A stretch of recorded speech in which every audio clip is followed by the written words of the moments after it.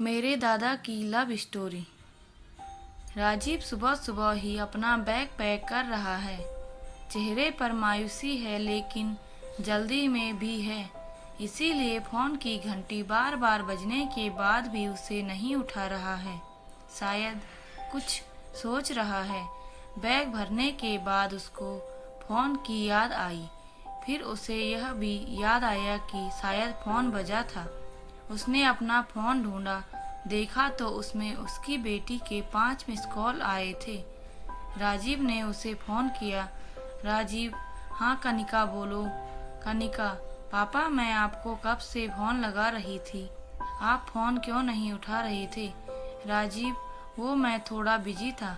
कनिका, आप घर पर हैं या बाहर? राजीव, अभी तो घर पर हूँ लेकिन निकल रहा हूँ। राजीव की बात पूरी होने से पहले ही कनिका ने बोलना शुरू कर दिया। कनिका, घर ही रहना, मैं आ रही हूँ। राजीव, आ रही हो लंदन से? ऐसे अचानक क्या हुआ? राजीव की बेटी कनिका लंदन में पढ़ाई कर रही थी। कोर्स पूरा होने के बाद उसने वहीं प्रैक्टिस भी शुरू कर दी थी। राजीव के बुलाने पर वो नहीं आ रही थी। वो ऐसे अचानक आ गई तो राजीव को थोड़ा शौक लगना लाजमी था। राजीव वहीं सोफे पर बैठ गया और भरा बैग उसकी साइड में है। थोड़ी देर में कनिका आ गई। राजीव, राजीव क्या हुआ, तुम अचानक कैसे आ गई? कनिका, पापा अभी आप मुझसे कुछ नहीं पूछिए। आपको अगर मेरे यहाँ आने से कुछ प्रॉब्लम है तो मैं कहीं और चली जाती हूँ। राजीव, कैसी बात कर रही हो? अच्छा ठीक है। राजीव ने अपना बैग उठाया और कहा, राजीव ठीक है, तुम रुको, मुझे जाना होगा। कनिका, कहाँ राजीव? पापा को मिलने जाना है। यह बोलते समय उसकी आंखों में जो उदासी थी उससे कनिका कुछ समझी। कनिका, मैं भी आती हूँ। राजीव हल्का सा मुस्कुराया। दोनों निकल पड़े। कार में बैठे करीब 6 घंटे लगे उन्हें वहां पहुंचने में। राजीव के पिताजी अपने पुराने घर में ही रहते थे।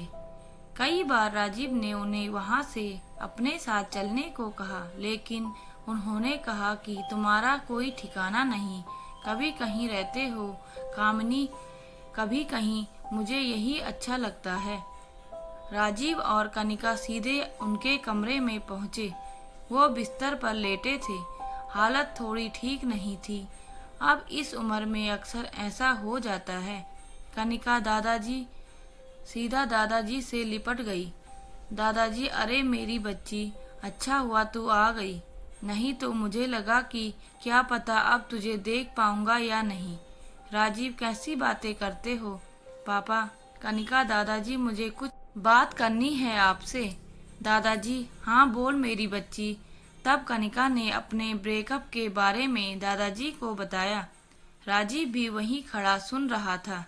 उसे भी पता चल गया कि उसके यहाँ आने का कारण क्या था। यह सब सुनने के बाद दादाजी, क्या हुआ?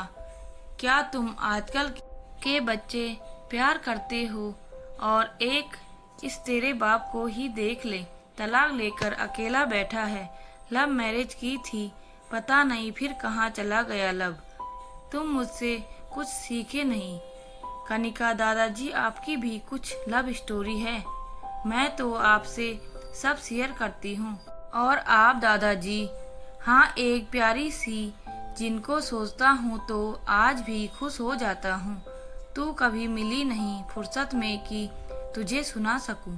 कनिका, दादाजी दादी के साथ ही था या और कोई और कहानी है? राजीव, कनिका अभी दादाजी को आराम करने दो। दादाजी, अरे तू चुप कर, आराम ही करना है।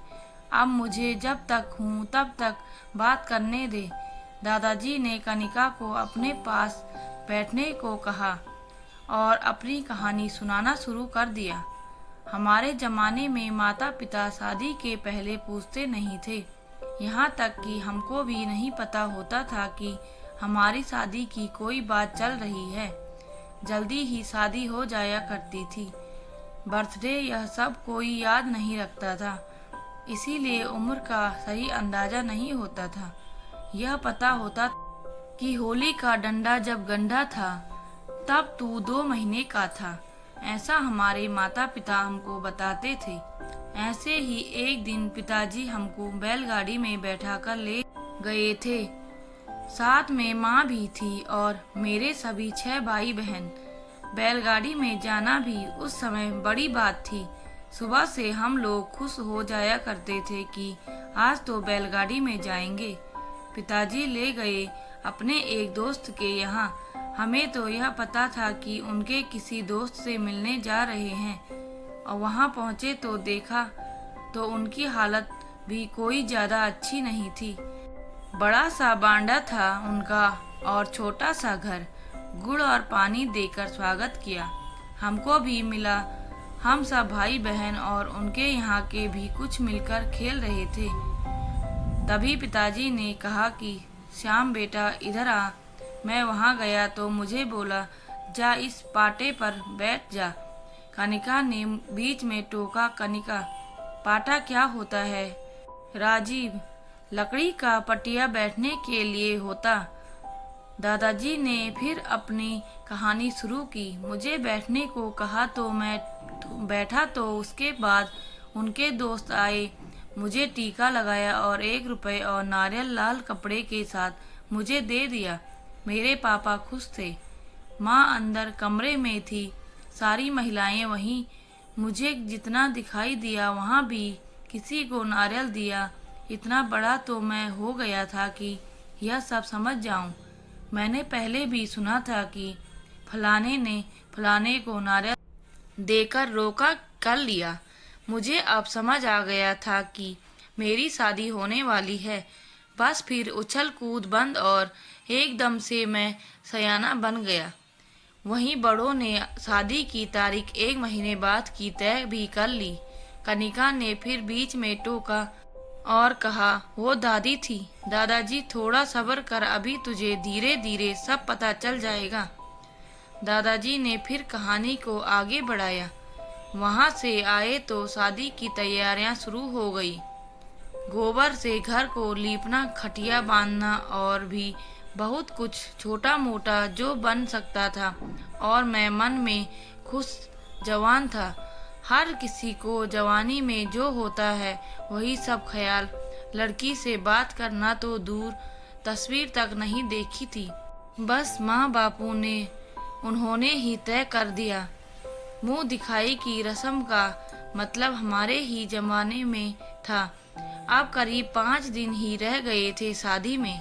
पिताजी ने 2-4 बैलगाड़ियां कर ली थी, लेकिन फिर एक सुबह कुछ खुसर फुसर सुनाई दी। किसी ने आकर जानकारी दी कि तुम्हारी बहू का पैर टूट गया। उस समय कौन जाता था? डॉक्टर के पास इतना पैसा भी नहीं था। वैद्य जी जो बोला किया करते थे। उन्होंने तो चलने की कोई जिम्मेदारी नहीं ली थी। कहा कब चलेगी पता नहीं, चलेगी या नहीं यह भी पता नहीं। कुएं की मुंडेर से नीचे गिरी थी। नीचे टूटा मटका था, उस पर जाकर घुटना लगा। घुटना 2-3 भागों में टूट गया था।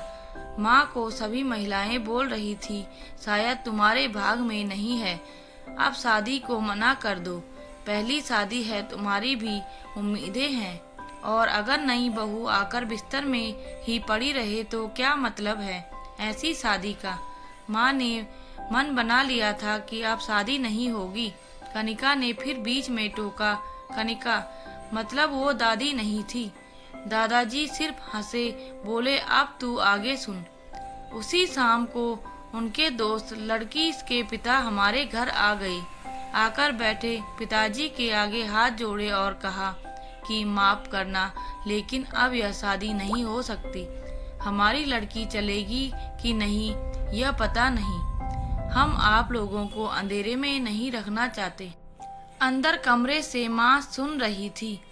मैं उनके साथ ही था। उस वक्त उनके चेहरे पर जो राहत थी वो मैंने साफ साफ देखी। मैं तो बात भी नहीं कर सकता था कि किस हालत में था। बिना देखे ही मेरी शादी पक्की हुई और अब टूट भी रही। सपने देखने के लिए भी एक चेहरे की ज़रूरत होती है। मेरे पास तो वो भी नहीं था, बस अपनी ही ख्याल में एक चेहरा बनाया था, उसी से शादी का ख्याल किया और अब उसी से टूट जाने का ख्याल भी करना पड़ रहा था। लेकिन इतने में मेरे पिताजी बोले, क्या बात कर रहे हो महाराज, शादी है, 4 दिन में जाकर तैयारी करें। वही हमारे घर की बहू बनेगी, लेकिन वो चल नहीं सकती। ना चले तो हमारा नसीब। मान लीजिए यह घटना अगर शादी के बाद होती तो तब हम क्या छोड़ देते। शादी कर दीजिए और बच्ची को वहीं आराम करने दें थोड़े दिन। यहाँ आना जाना भी ठीक नहीं है। जब कुछ आराम होगा तब हम ले आएंगे। पिताजी की बात से उनके दोस्त की आंखों में आंसू आ गए, लेकिन माँ का मुंह फूल गया। पिताजी को भी पता था कि माँ नाराज है, क्योंकि बर्तन की आवाज़ कुछ ज़्यादा आ रही थी घर से। लेकिन माँ की इतनी हिम्मत नहीं थी कि पिताजी को कुछ बोले, और मैं तो फिर क्या ही बोलता। बारात 5 दिन बाद गई। निर्धारित समय पर फेरे भी हुए, और मैं अब बताता हूँ, वो तुम्हारी दादी थी। मेरे साथ फेरे न सिर्फ तुम्हारी दादी ने लिए, बल्कि उसके पिताजी यानी कि मेरे ससुर ने भी लिए। उसको गोद में उठाकर कनिका बस अब शांत और चेहरे पर मुस्कान लिए सुन रही थी। कनिका, फिर दादी घर कब आई? दादाजी ने फिर सुनाना शुरू किया। घर कहाँ, शादी हुई, लेकिन अभी तक चेहरा भी नहीं देखा मैंने उसका। इतना लंबा घूंघट लेकर बैठी थी। मैंने वैद्य जी से बात की, उसके घर वाले उसका इलाज कर रहे हैं। मुझे पता चला कि एक जंगली झाड़ी को पीसकर उसका लेप लगाने से जल्दी ठीक होता है। मुझे जल्दी थी, इसीलिए सबसे पूछता रहता था। 3 साल तक उसके घर वालों और मेरे घर वालों से छिपकर मैं उसके लिए वो पिसी झाड़ी उसके घर भिजवाता था। असर हुआ उसका मेरे प्यार और विश्वास का। 3 साल और कुछ महीने बाद वो चल पाई और फिर मेरे घर आई। कनिका सुनती रह गई। आश्चर्य से उसकी आंखें बस दादाजी को देखे जा रही थी। राजीव की आंखों में भी आंसू थे। माँ को याद कर रहा था। दादाजी, वो दिन है और उसके जाते वक्त तक का दिन है। उसने कभी मेरा साथ नहीं छोड़ा। कभी कभी लड़ती थी तो मैं कहता था कि ज़्यादा लड़ेगी तो तेरे बाप को ले आऊँगा। उसने भी मेरे साथ फेरे लिए हैं। यह सुनकर तीनों जोर जोर से हंसने लगे। दादाजी को जोर से खांसी आने लगी तो राजीव ने कहा, बस कनिका, अब इन्हें आराम करने दो, रात भी हो गई है। कनिका ने जाते जाते कहा, कनिका, वाह दादाजी क्या बात है, वाह दादाजी क्या बात है, मान गए आपको। कल आगे की कहानी सुनाना। कनिका ने सोचा कि आगे की और कहानियाँ दादाजी से सुनेगी। अगली सुबह दादाजी नहीं रहे। अचानक ही किसी को बिना बताए, बिना परेशान किए चुपचाप इस दुनिया से चले गए। कनिका आंखों में आंसू लिए बस उनको देखे जा रही थी। जाते जाते भी दादाजी उसे प्यार क्या होता है यह बता गए। आपको यह कहानी कैसी लगी हमें कमेंट कर ज़रूर बताएं। इसी तरह की अच्छी कहानियाँ आप यहाँ पर पढ़ सकते हैं। यहाँ उपस्थित शिक्षाप्रद कहानियाँ आपका मनोरंजन करने के साथ दिशा भी देंगी। तो बने रहिए हमारे साथ और हमारे प्रयास को सफल बनाइए। दोस्तों, यदि आपको हमारी कहानी अच्छी लगी हो तो प्लीज़ लाइक, कमेंट, शेयर और सब्सक्राइब ज़रूर करें। धन्यवाद।